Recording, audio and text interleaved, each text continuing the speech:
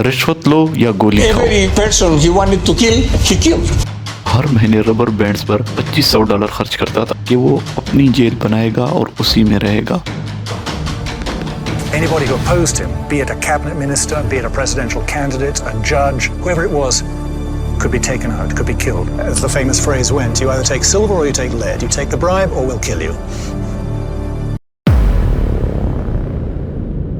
Pablo Escobar 1 दिसंबर 1949 को Colombia के शहर रियो नेग्रो में पैदा हुए। इनकी बचपन मेडलन में गुजरी। वो एक गरीब किसान के बेटे थे। छोटी ही उम्र में एस्कोबार ने असूलों को तोड़ने और बेखौफ होने के आसार दिखाए। छोटी ही उम्र में इसने कब्रों के पत्थरों को चोरी करके दोबारा बेचना शुरू किया। मुजरिमाना दुनिया में इस इब्तिदाई तजर्बे ने इसकी मुस्तकबिल की बुनियाद रखी। जैसे जैसे वो बड़ा होता गया, एस्कोबार के अज़ाइम बड़े होते गए। 20 साल की उम्र तक वो स्मगलिंग की दुनिया में चला गया, सिगरेट से लेकर जाली डिप्लोमों तक सब कुछ। लेकिन फिर एक वक्त ऐसा आया कि इसने कोकीन को सबसे ज्यादा मुनाफा बख्श पाया और 1970 की दिहाई के आखिर में एस्कोबार ने दूसरे मुजरिमों के साथ शराकत की और इन्होंने मिलकर अरबों रुपए का तिजारती इनकलाब बर्पा कर दिया, जिससे इन्हें अरबों रुपए का बैनुल अक़वामी कारोबार में फायदा हुआ। इन्होंने 1976 में एक कंपनी बनाई और उसका नाम रखा मेडलिन कार्टेल। मेडलिन कार्टेल ने आलमी कोकीन मार्केट की तकरीबन 80% को कंट्रोल किया। इन्होंने अमेरिका, यूरोप और इससे बाहर के रास्ते बनाए, अक्सर हवाई जहाज़ों, किश्तियों और यहाँ तक के आबदोजों में भी अपने मनशियात स्मगल करते थे। कार्टेल की कामयाबी सिर्फ उनकी कोकीन की वसी पैदावार की वजह से नहीं थी, बल्कि उनके बेरहम तरीकों की वजह से थी। पेब्लो एस्कोबार के खिलाफ केसेस बढ़ने लगे तो इन्होंने 30 अप्रैल 1984 को रोड्रिगो लारा को कत्ल करवा दिया, जो उस वक्त कोलंबिया में minister of justice and law का काम करते थे। रोड्रिगो लारा को कत्ल करने के बाद लुइस कार्लोस पेब्लो एस्कोबार के सख्त खिलाफ हो गए, तो इन्होंने 18 अगस्त 1989 को जब लुइस कार्लोस की बढ़ती हुई ताकत देखी तो उसने सिर्फ इलेक्शन से 9 महीने पहले लुइस कार्लोस को भी कत्ल करवा दिया। ये आप उसकी ओरिजिनल फुटेज देख सकते हैं।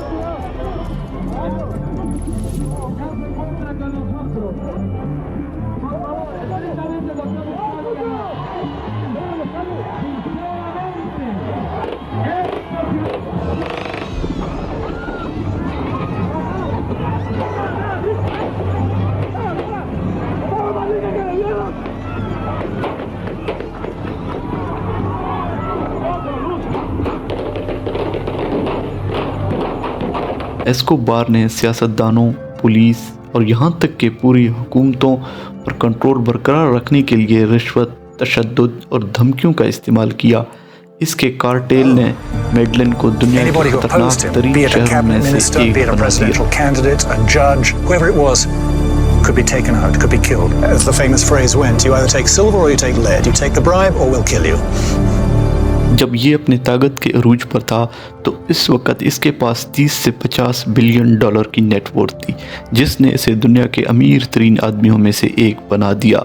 अपने शाहाना तर्ज ज़िंदगी को बरकरार रखने के लिए इसके पास लग्जरी स्टेटस, प्राइवेट जेट, त्यारे और यहाँ तक कि एक गैर मुल्की जानवरों से भरा चिड़िया घर भी था। आप पेब्लो की दौलत का अंदाज़ा इस बात से लगाएं, अपने पैसों को मुनज़्ज़म रखने के लिए वो हर महीने रबर बैंड्स पर $2500 खर्च करता था। एस्कोबार को सिर्फ ज़ाती दौलत में दिलचस्पी नहीं थी, वो लोगों के लिए हीरो बनना चाहता था। मेडलिन के कुछ मोहल्लों में इसने वफादारी और असर सरूख हासिल करने के नाम पर रिहायश, स्कूल और खेलों के मैदान बनाए। वो कुछ लोगों के लिए रॉबिन हुड की शख्सियत बन गया। हालांकि इसके खैराती काम अक्सर इसके मुजरिमाना एजेंडे से मुंसलिक थे, लेकिन एस्कोबार का दौर सिर्फ हुकूमत, दौलत या ताकत के बारे में नहीं। जब हुकूमत और कानून नाफिज करने वाले इदारों ने उसके खिलाफ कार्रवाई शुरू की तो एस्कोबार ने दहशत के साथ जवाब दिया। एस्कोबार पर इल्जाम है कि इन्होंने 1979 में एक त्यारा 203 पर बमबारी की, जिसमें 110 अफराद हलाक हुए।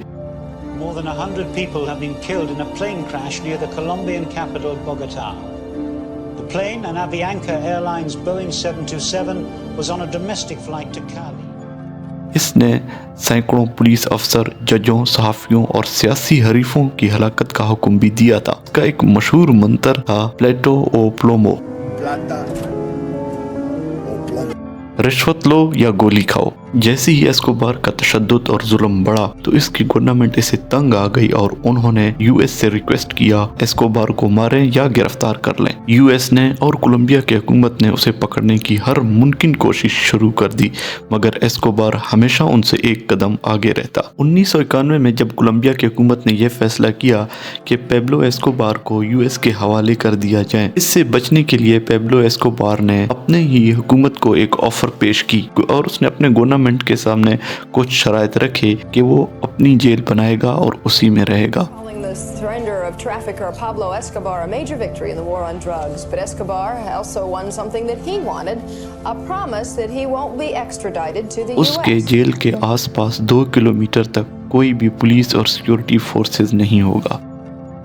Nestled in the mountains outside Escobar's hometown, the plans include a soccer field, spacious dining hall, game room, private baths, televisions, telephones, and fax machines.